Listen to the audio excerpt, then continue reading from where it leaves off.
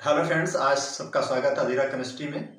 आज का जो हमारा टॉपिक रहेगा वह रहेगा रेजोनेंस। आज हम बात करेंगे रेजोनेंस के बारे में। तो रेजोनेंस बहुत ही इंपॉर्टेंट टॉपिक है और हम इसमें बताएंगे कि रेजोनेंस क्या होता है, रेजोनेंस की डेफिनेशन क्या होती है, रेजोनेंस हाइब्रिड क्या होता है और इसका ऑर्गेनिक केमिस्ट्री के मॉलिक्यूल के स्टेबिलिटी को इंक्रीज करने में क्या योगदान होता है। तो हम पहले यह जान लें कि रेजोनेंस होता क्या है। तो रेजोनेंस जो होता है एक ऐसा मॉडल है, एक ऐसी मैकेनिज्म है जिसमें कोई भी मॉलिक्यूल अपनी एटम की पोजीशन को स्थायी करते हुए अपने बॉन्ड को तोड़ के, लोन पेयर को खिसका के या मेसोमेरिक इफेक्ट को फॉलो करके अगर कोई भी मॉलिक्यूल अलग अलग फॉर्म में आ जाता है, एक ही मॉलिक्यूल अलग अलग फॉर्म में लिखा जा सकता है, माने एक ही मॉलिक्यूल की अगर अलग अलग पॉसिबल स्ट्रक्चर्स की संभावना होती है, तो यह इस पूरी मैकेनिज्म को, इस पूरी घटना का नाम रखा जाता है रेजोनेंस। रेजोनेंस में चूंकि मेसोमेरिक इफेक्ट फॉलो होता है, इसीलिए रेजोनेंस का नाम रखा जाता है मेसोमेरिज्म। इसका सबसे आसान एग्जांपल जैसे मान लीजिए मैंने लिखा है बोर्ड पर हॉर्स और डंकी। हॉर्स और डंकी जब दोनों आपस में इंटरकन्वर्ट तो होते नहीं है, बल्कि एक दूसरे के फॉर्म होते हैं, पॉसिबल स्ट्रक्चर हैं। आप देखे होंगे कि दोनों का एक ही हुलिया रहता है, एक ही डंग रूप रहता है, एक ही ढांचा रहता है। अब इन दोनों का जो मिक्सचर है, इन दोनों का जो हाइब्रिड है, वह होता है म्यूल, उसका नाम होता है खच्चर। आप देखें आम जिंदगी में कि घोड़ा और गधा देखने में खच्चर जैसा रहता है, तो ऐसा होने पर इनकी स्टेबिलिटी बढ़ जाती है। हम इसी प्रकार की मैकेनिज्म को अप्लाई कर सकते हैं बेंजीन में। बेंजीन देखिए, बेंजीन में सिंगल बॉन्ड भी है और डबल बॉन्ड भी है। आप जानते हैं जो सिंगल बॉन्ड होता है उसकी जो बॉन्ड लेंथ होती है 1.4 एंगस्ट्रॉम होती है, और जो डबल बॉन्ड होता है उसकी जो बॉन्ड लेंथ होती है वह होती है 1.34 एंगस्ट्रॉम होती है। लेकिन एक्चुअल में ऐसा कुछ नहीं होता है। बेंजीन की जो बॉन्ड लेंथ होती है वह होती 1.39 एंगस्ट्रॉम होती है।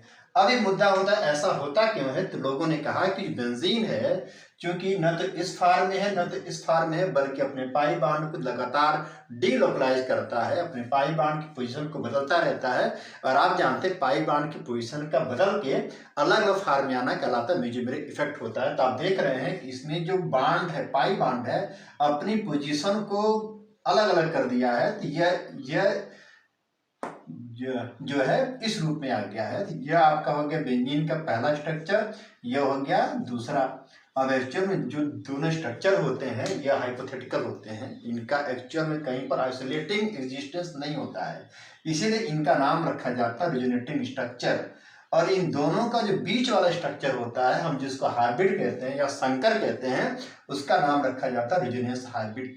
तो आप देख रहे हैं बेंजीन जो है अपने पाई बॉन्ड को डीलोकलाइज करके इस फॉर्म में आ जाता है, यह एक्चुअल बेंजीन है और यह बेंजीन के दोनों हाइपोथेटिकल स्ट्रक्चर हैं। इन्हीं का एक और नाम रखा जाता है कैनोनिकल स्ट्रक्चर, इसीलिए इस मैकेनिज्म का नाम रखा जाता है कैनोनिकलिज्म।